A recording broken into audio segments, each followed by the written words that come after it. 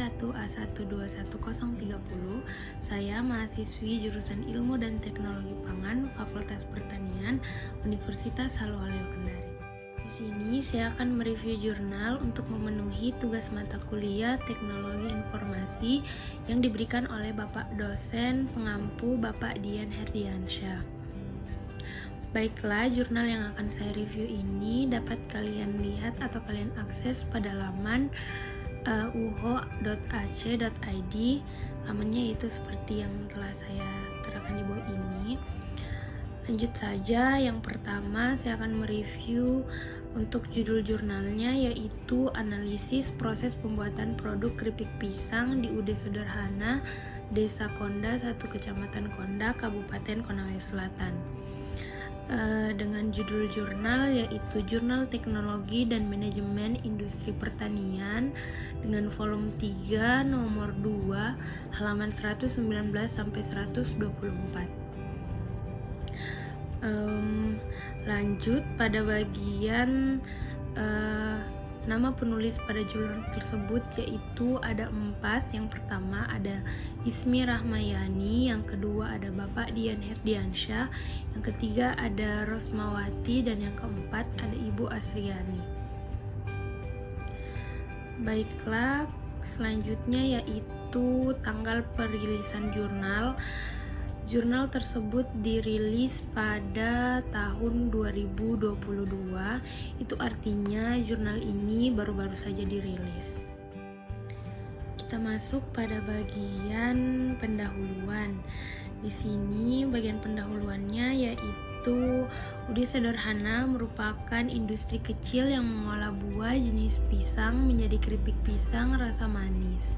Selain keripik pisang, UD Sederhana juga memproduksi berbagai jenis cemilan, misalnya ada stik keju bawang, ada stik keju mente rasa bawang, ada stik keju kacang, ada stik kaktus, dan sebagainya. Lalu, kenapa di penelitian ini menggunakan produk yang berbahan dasar pisang? Hal ini disebabkan karena olahan pisang ini cukup populer di kalangan masyarakat. Olahan pisang ini nantinya akan menjadi keripik pisang. Pengolahan keripik pisang ini banyak dilakukan di daerah pedesaan oleh pelaku usaha UMKM. Hal tersebut didukung karena tersedianya bahan baku dan cara pembuatan keripik pisang yang cukup mudah dan adanya potensi laku di pasaran karena keripik pisang ini dapat dikonsumsi hampir di semua kalangan, misalnya di kalangan anak-anak ataupun di kalangan orang dewasa. Kita lanjut pada bagian metode penelitian. Di sini pada metode penelitian yaitu pada bagian 1 ada lokasi dan waktu penelitian, di mana lokasi penelitian ini di UD Sederhana Desa Konda, 1 Kecamatan Konda, Kabupaten Konawe Selatan. Penentuan lokasi penelitian ini dilakukan secara sengaja atau purposive sampling dengan pertimbangan bahwa UD Sederhana merupakan industri pengolahan produk keripik pisang yang masih perlu dikembangkan untuk meningkatkan kualitas produk. Penelitian ini dilakukan pada bulan Februari tahun 2022.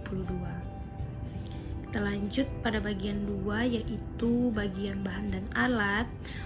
Peralatan yang digunakan ada lembaran kuesioner yang berisi mengenai pertanyaan dan alat bantu yang digunakan dalam pengolahannya yaitu menggunakan software Microsoft Office Excel tahun 2019. Lanjut pada jenis penelitian, yaitu penelitian yang dilakukan adalah penelitian jenis studi atau study case, di mana studi kasus merupakan metode yang bertujuan untuk mempelajari dan menyelidiki suatu kejadian atau fenomena mengenai individu. Lanjut pada bagian keempat yaitu ada metode pengumpulan data, di mana dilakukan ada 4 metode, yaitu yang pertama ada metode observasi, di mana melakukan penelitian di UD sederhana dengan melakukan pengamatan kepada pelanggan yang ada dan apa respon yang diberikan pelanggan terhadap produk yang ada di UD sederhana. Yang kedua yaitu ada proses wawancara, yaitu peneliti melakukan tanya jawab kepada pemilik UD sederhana mengenai keinginan yang ada dari pelanggan terhadap produk keripik pisang tersebut. Yang ketiga, ada kuesioner yang merupakan pengambilan data yang dilakukan dengan memberikan daftar pertanyaan kepada konsumen untuk mengetahui pembuatan produk keripik pisang di UD sederhana. Dan yang terakhir, ada dokumentasi. Hal ini dilakukan untuk mendapatkan fakta-fakta yang terjadi pada UD sederhana Desa Konda, 1 Kecamatan Konda, Kabupaten Konawe Selatan. Selanjutnya pada bagian 5 di sini ada analisis deskriptif, di mana analisis deskripsi merupakan analisis yang menggambarkan secara sistematik, akurat, fakta dan karakteristik mengenai populasi atau kegiatan yang dilakukan dalam bidang tertentu yang menjadikan subjek penelitian berdasarkan data dari variabel yang diperoleh dari kelompok subjek. Lanjut, kita masuk pada bagian hasil dan pembahasan.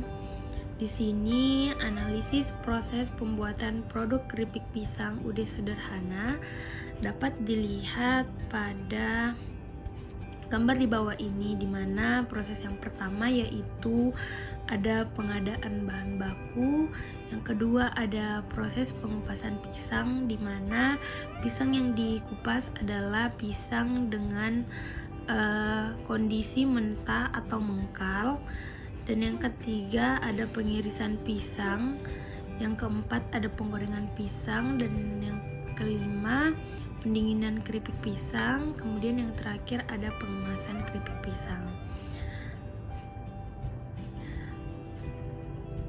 Selanjutnya yaitu pada bagian kesimpulan.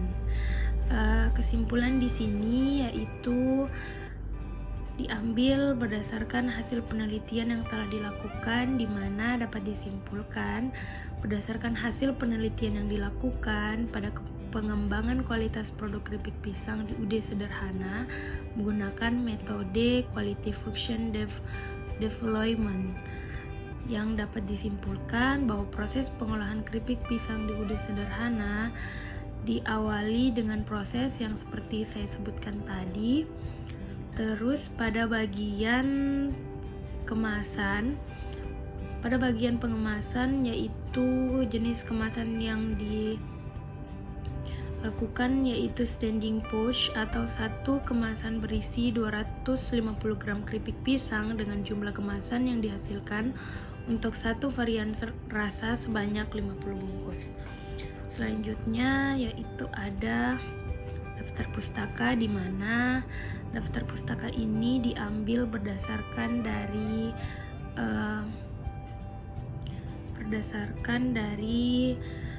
penelitian orang lain yang diambil untuk dimasukkan ke dalam jurnal.